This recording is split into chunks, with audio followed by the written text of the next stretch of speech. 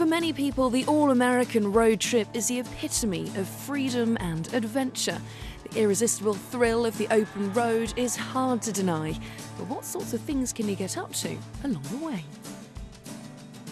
Maryland, Virginia and Washington DC are collectively known as America's Capital Region, and I've come to drive the historic National Road.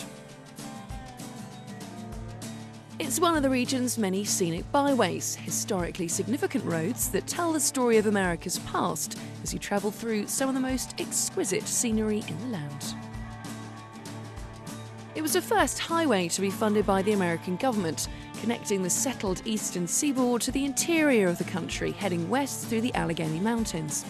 Construction began on the highway in 1806, but it wasn't long before the project ran into trouble. The federal government couldn't keep up the road, so the state built toll gate houses to collect taxes. If you wanted your pigs and your sheep and your cows to go, you had to pay a toll. If you were in a carriage that had 2-inch wide wheels, you had to pay a lot more money because the wheels were tearing up the road. The toll house has an office where the man would go out and collect the tolls. A family would live there in a living room. There was a nice kitchen with a fireplace and a nice large bedroom. The toll house has 7 sides, and when the stagecoaches would come down through, they'd blow a trumpet. And then if the guy was sleeping in his bed, he could lift out his bed and look out any window and see where the stagecoach or wagon was coming from. Fortunately, the road itself has been modernised considerably since those early 19th century days. However, many of the historical features still exist. Just off the byway is the Castleman River Bridge. It might not look like that much now, but when it was built in 1813, it was the longest single archway bridge of its kind. It's a pretty good place to stop, fancy a snack, plenty of picnic tables, and lots of people come here for the Spruce Forest Artisans Village. The village is an arts and heritage centre located in the Appalachian Mountains of western Maryland and offers a chance to catch a unique behind-the-scenes glimpse of artists working on site. The village community all earn their living from their handiwork, and many are celebrated craftsmen, like Gary Yoder, an award-winning sculptor specialising in all things ornithological. And get that kind of sense into the bird, that's what I really try to do. As you drive the historic National Road, also known as Route or Route 40, you travel through many villages and towns that have barely changed for 200 years. Frederick, the second largest city in Maryland, is now a centre for wine touring, adventure sports and arts and culture. However, it once played a significant part in America's military history. Well, of course, we've got a great, vibrant downtown area here with shopping and dining, but we also have a lot of the American Civil War story here. We are close to Antietam, Gettysburg, Harper's Ferry. We have our own national battlefields here, and we have the National Museum of Civil War Medicine right here in town. But we also have a lot of offerings from recreational. We have mountain parks here. We have the Chesapeake and Ohio Canal National Historical Park, covered bridges. So we've got a lot of opportunities, a lot of different things for people to do. My first impression of here is that it feels and looks like a movie set. I am really lucky with the weather, and the buildings do look like they've been superimposed onto the blue sky. Hollywood doesn't need to look much further for a fine example of small town America. But it is actually a city, and it's situated here on the map. And if you follow the road east, you'll end up in Baltimore. But if you go west through 6 states, you'll end up in Illinois, and I have no idea how many miles it is, but it does seem like an awfully long way. However, there is a lot to do on the route.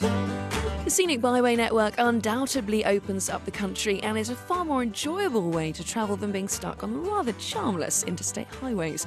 A town well worth stopping off along the byway is Ellicott City, a historic mill town founded in 1772. This used to be where the mill workers would live, and they'd really kind of fallen into disrepair. They used to be kind of the part of town that folks didn't pay attention to, and now they've sort of become the cover image for our town. So they're made of granite. Yep, granite. It's all locally quarried here. There was about a dozen quarries along the river, and it's repurposed throughout the town. And as we walk along, you're actually going to see big giant rocks jutting out of Main Street that are still here. So, yeah. It's home to many independent stores and emporiums selling all manner of Americana bric-a-brac, perfect for stocking up on those offbeat presents. This is Shoemaker Country, one of the really popular stores in town. So they don't make shoes, Don't despite make the name. shoes, no, just fabulous furniture. I love the repurposing.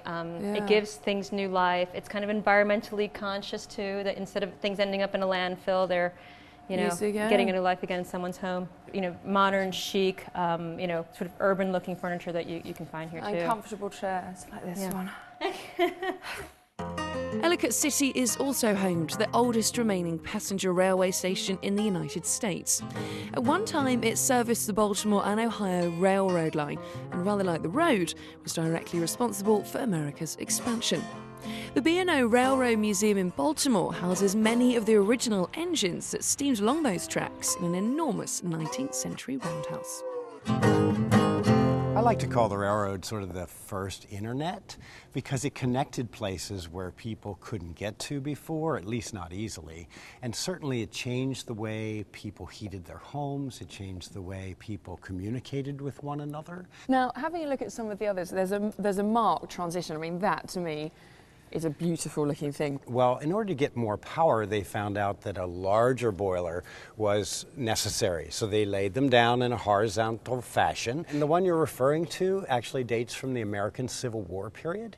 And engines at that time were actually a thing of beauty. Civil War actually was a breakthrough in railroading because it was the first time the railroads engaged in a wartime activity. And now this one here, the 592, is my favourite one.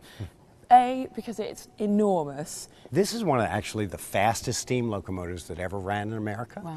This locomotive in its day in the 1920s was capable of running at more than 100 miles an hour. And so the time it took to get from DC to New York is about the same as it does on Amtrak today. When you take a look at the landscape along the historic National Road, it's hard to imagine how those early pioneers carved their way through the dense woodland and low-lying mountains. But the picturesque countryside that unfolds before you now belies Maryland's past as home to some of the bloodiest battles of the Civil War, the worst of which took place here at the Antietam National Battlefield in Sharpsburg. This is the site of the single bloodiest one-day battle in American history, and definitely the most bloodiest and violent day in the American Civil War. So this was Union sort of forces against rebel forces. Exactly. In a 12-hour day here, over 23,110 Americans were either killed or wounded.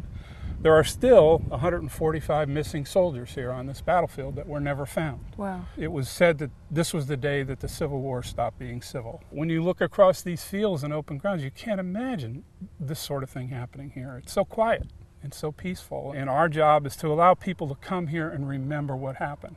And to remember the mistakes we made so we can get to where we're at today and hopefully continue to improve and be a better country.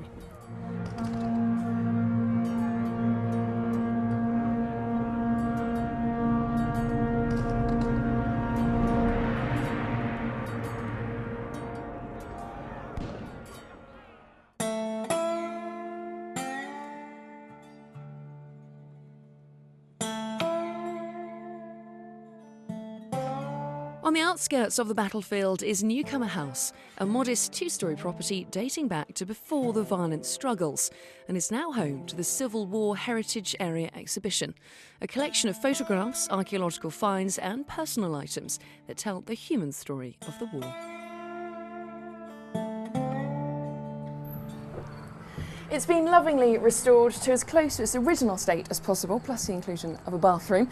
And the reason why I'm wearing this very heavy woolen outfit as the temperature nudges into the 30s is because it's believed the people who used to live here were Union sympathisers.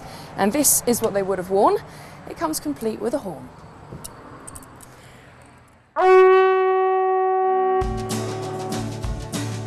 Having little or even no knowledge of America's Civil War really shouldn't put you off travelling the historic National Road.